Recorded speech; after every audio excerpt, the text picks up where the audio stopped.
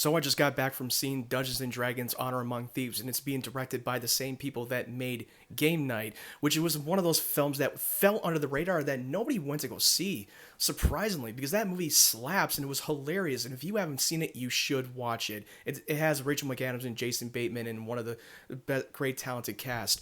When I found out that they were going to be directing Dungeons and Dragons, it did pique my interest, but at the same time, I was a little concerned when I heard that Paramount was going to be trying to give this Dungeons and Dragons adaptation another go, because the original one with Jeremy Irons and Marlon Wayne, that movie, it was atrocious, and it was a movie that was made by the same people that are like big Dungeons and Dragons fan, and that movie just became garbage and unwatchable. But I was going to keep an open mind and give it the benefit of doubt. Because, and here's the thing. I've never been the biggest Dungeons and Dragons guy because I've never played the board game, and I know it was very popular and it was very much of a cult following.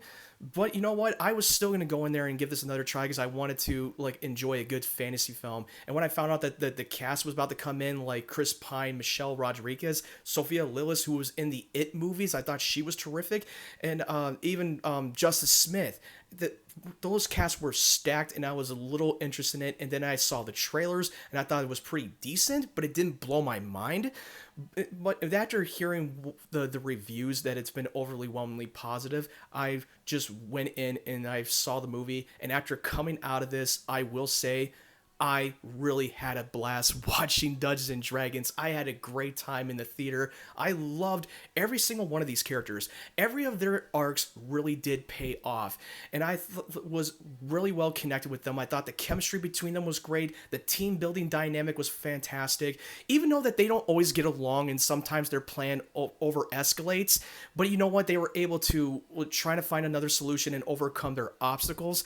I thought Chris Pine was fantastic. He's great as usual playing the lead character. Michelle Rodriguez, even though I'm not the biggest fan of her work, I liked some of her movies like Fast and Furious, for instance, but I thought her character was great. I enjoyed her arc a lot. And I thought Reggie Jean Page, who's not in the film much, but when he's in the film, he steals the entire show. He plays a noble warrior badass who always is the most selfless character in the whole movie. And I thought Hugh Grant playing the main antagonist, well, he's fantastic. He's a sadistic guy who has a sixth sense of humor, but he has a lot of charm that you don't want to like him, but at the same time you kind of do in some ways. It's a little difficult to explain. And I thought that dark red wizard, that the character, I thought she was very menacing, even though her arc was a little bit generic and something that we've already seen many times before. But I thought she was great, and I thought that the cinematography was so beautiful. I was so happy that they were shooting in practical locations and not just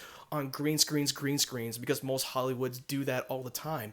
They were able to like balance the practical effects and the CGI, and it's just not like in your face. I love the production value. It was absolutely great. The music score was fantastic, and it was funny. They were able to balance the subtlety humor and a little bit of the drama. And there are moments that the scene had a much of heartfelt scene that I got a little bit emotional watching. I'm not gonna lie. And it never really tries to take itself too seriously. There are times where they go too cheesy and very wacky, but it kind of worked in some ways. But it never tried too hard to be wacky and witty. And they can, and it doesn't mean they can't always be smart from time to time, because every character calls each other out on their flaws every time they mess things up all the time, and it works. I was laughing a lot. I felt like they definitely balanced the good drama too. The fight scenes, the choreography was awesome. The fight scene with Reggie Jean Page's character when they're in the dungeon and then he's fighting off a bunch of like assassins. This was one of the best lightsaber fights in the film. The sword fighting. Yeah, I know it's not Star Wars, but it felt like a lightsaber fight. It was just epic to watch. Overall, this is definitely, might be in my top 10 favorite movies of the year so far, but I don't know yet, but I'm not ready to say that right now because we still got a lot more to go.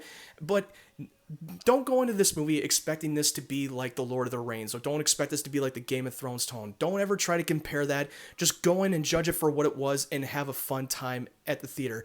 Oh yeah, I forgot to mention, there is this one scene that the actor had a big cameo that just happened out of nowhere, and it's not, and I'm not spoiling anything. I don't want to ruin it for you guys. I'm pretty sure you'll be surprised when you get to the midpoint of the movie.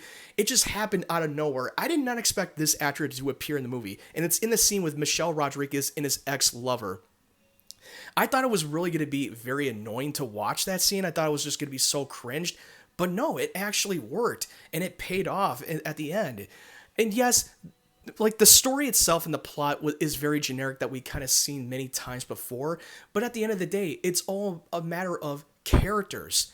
And they made me love them, they made me connect with them. Every arc was very satisfying at the end of the day, and it doesn't try to set itself up for a future sequels, because they played it safe, because they didn't know how big that this movie was going to be successfully financially at the box office. Because what if it didn't do well? What if it flopped?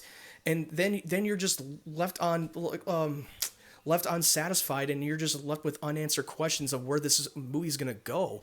And they did not do that. This was made to be the conclusion, but also planting the seed of what's to come after if they ever want to go back to these characters. And I'm someone would be totally open for a sequel. I would definitely be on board if they do another one. And it wouldn't surprise me, because it is tracking very well financially. A lot of people are going out to see Dungeons and Dragons. And I think this is a movie that you can definitely take your family to go see. This is going to be made for everyone who is a casual fan, who doesn't know that much about the Dungeons and Dragons world. It's very well explained once you see the film. And it's definitely made for people who love the Dungeons and Dragons, who are hardcore fans. This is definitely made for everybody. I definitely recommend you should go out and see this in theaters. It's a fun time from beginning to end. I walked out of the theater with a giant smile on my face. Now, have you seen this movie? What did you think? I would love to know your thoughts on it. Just jump down in the comment section below and leave me your thoughts. And yes, I am officially started a YouTube channel, and you can find me just Matt Wyatt. And if you're on my TikTok account, if you want to find my YouTube link is in the profile, my TikTok profile, and you can click the Instagram emblem, and you'll find the link there. And if you really enjoy my review, hit the like button and share. And if you want to see more of my videos, because I still got a lot more reviews to come, and I also got a lot more videos where I do my acting challenges on my TikTok that I will be posting in the future. If you want to see more of it, just subscribe.